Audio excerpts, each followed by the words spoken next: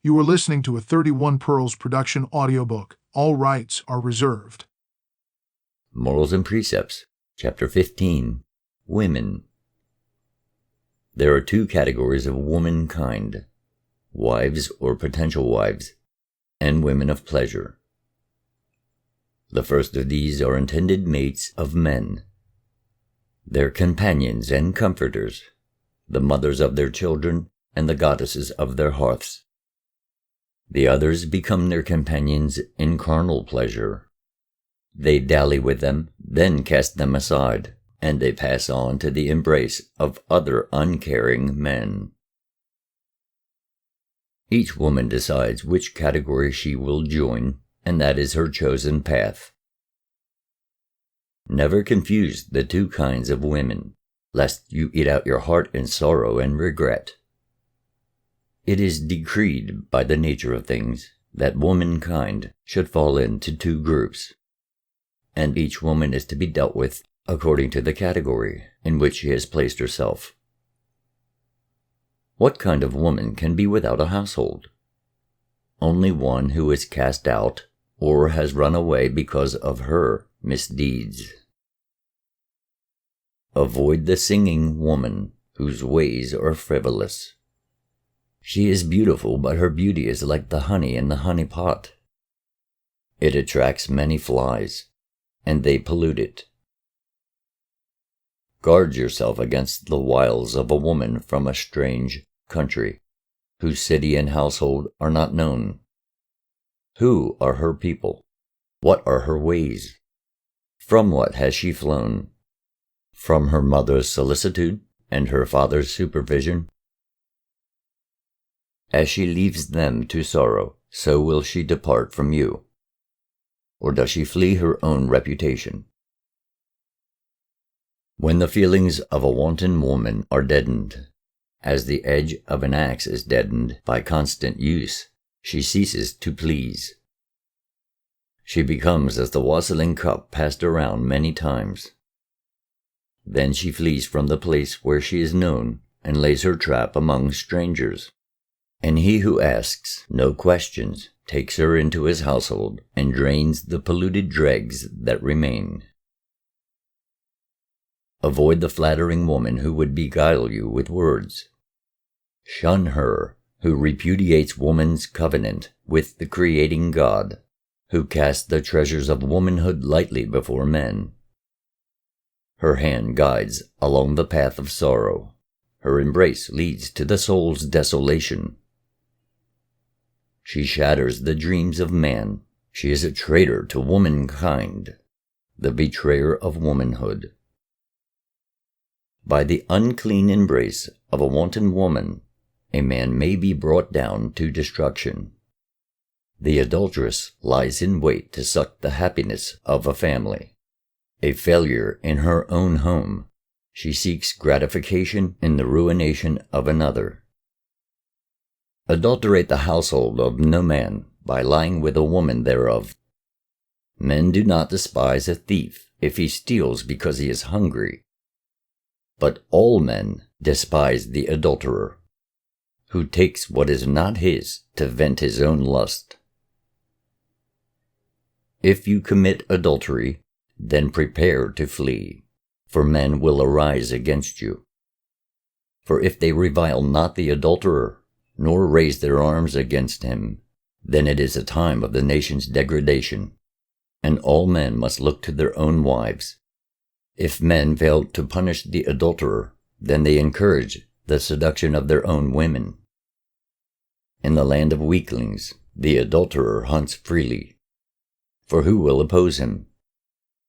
Is it not written, "That which is not punished is condoned"? He who accepts meekly the seduction of a woman of his household is a weakling and a coward, and unworthy of the mantle of manhood. He who turns his face and sees not the seduction of another's wife encourages the adulterers and establishes their place among the people. All men who are men are jealous of the sanctity of their hearth and home. And the righteous wrath of the wronged husband shall overwhelm the guilty ones. His is the day of vengeance, and no gift shall appease him. The man who declines to strike a blow in defense of his home and honor is a weakling and a coward. Men turn from him in disgust, or he sickens their stomachs, while women despise him. He who suffers in defending the sanctity of womanhood suffers in the cause of God, who made woman the guardian of the portal of life.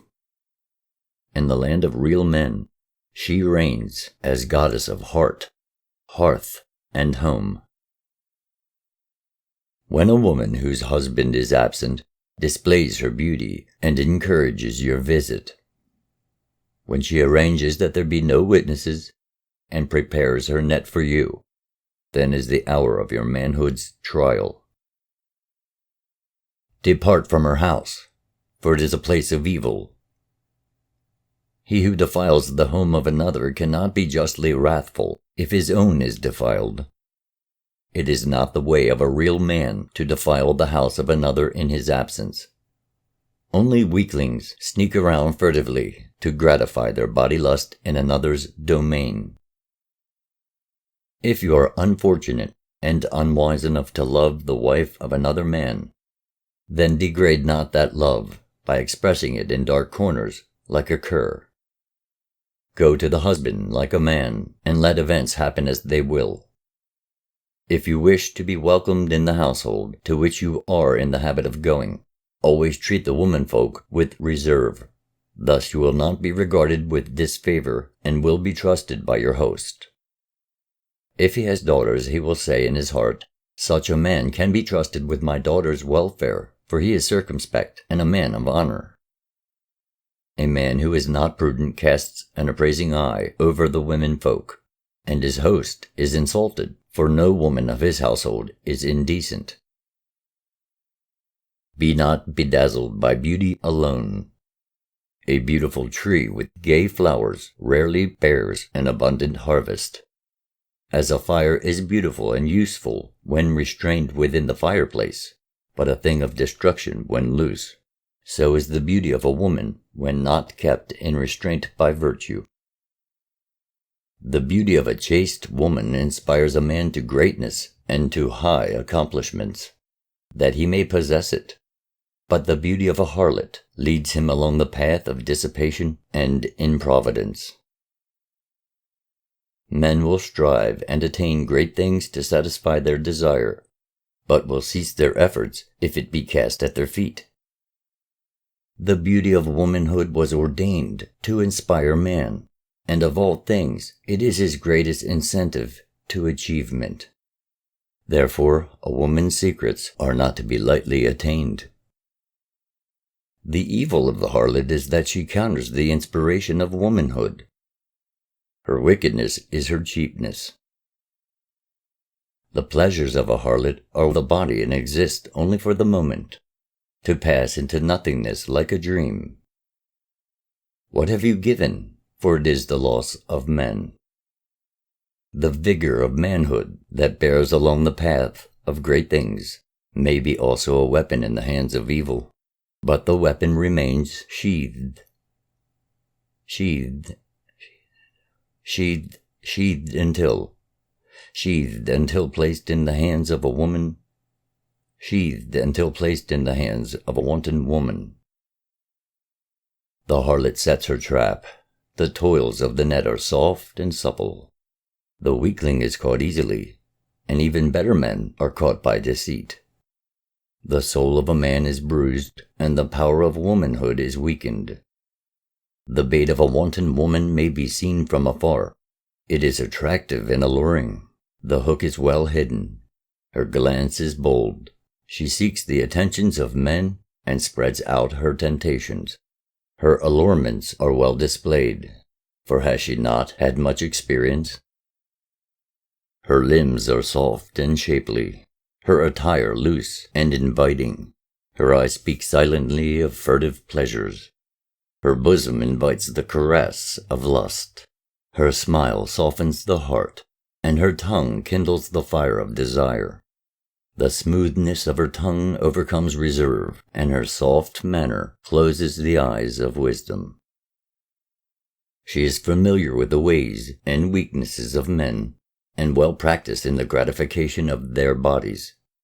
She anticipates success, for her victims are not few. She satisfies the lustful desires of the body. But how does she serve the spirit? What does she do with man's highest dreams of womanhood? Fly from her allurements, and close your ears to her words of false endearments. They are well worn from practice on many. If you give heed to her languishing glances, or listen to the soft words that fall from her lips, if you yield yourself to the warm embrace of her arms, then you sacrifice your manhood at the altar of lust. If she binds you as with a spell, when your eyes become open, you will know the meaning of shame. Poverty and slothfulness follow in the train of the wanton. Misery and remorse will be your lot. Your manliness will be sapped by dissipation. Your body, pampered by luxury and softened by sloth, will become enfeebled. Your limbs will weaken and your health depart. The glow of strength and the joy of living will be gone.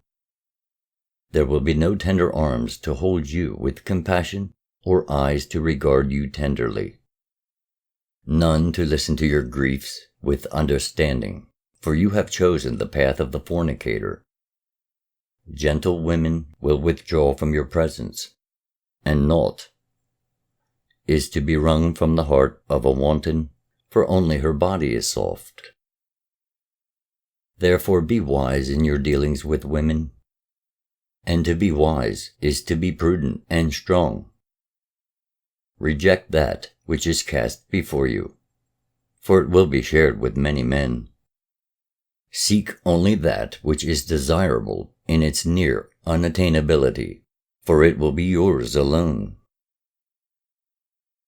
Be wise and avoid the sweet enticements of the wanton and the lustful inducements of the harlot, and allow not your heart to be trapped by enchanting mirages of love. The woman who is cheap will receive many offers of silver, but none of gold.